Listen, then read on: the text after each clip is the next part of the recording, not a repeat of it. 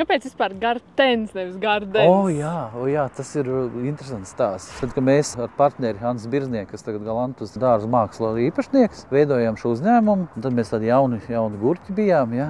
Tad gribējās tādu kaut kādu nopietnu to nosaukumu. Un izdomājām tā kā Garden sākumā. Jā. Bet tā kaut kas bija, ka neļauj reģistrēt, jo Gardena bija vieta, laikam Jelgavas rajonā, un kaut kas bija, un tad mēs izdomājām, nu tad, ja nevar Garden, tad Garten. Tas sākotnējais uzņēmums bija Garten nosaukuma. Sakars ar Vāciju vai ārzemiem nav nekāds. 100% latviešu uzņēmums 96. gadā Garten tika dibināts. Tad mēs veidojām vēl vienu uzņēmumu, tad mēs tur tā kā pārlikām un tad tapa Gartens, ja? Nu tā īsumā, ja? Tā kā ar Vāciju mums sakara nav īsti, ja? Es tad parasti smejos, kad Dievs dalīja biznesu, ja?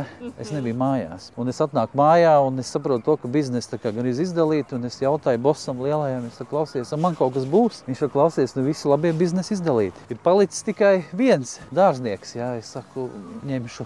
Nu tā, un tāpēc es šeit jau visu savu mūžu veltu šim darbam. Bet iepriekš tev bija vispār kaut kāds sakars ar dārzniecību? Nu, laukos dzīvojām, bet tādu dārzniecību mazāk, tur tādu lopkopību drīzāk, ja, tur sienas un lopi, un tāds sakars ir bijis. Tā kā daba jau ir visu laiku kopā būs.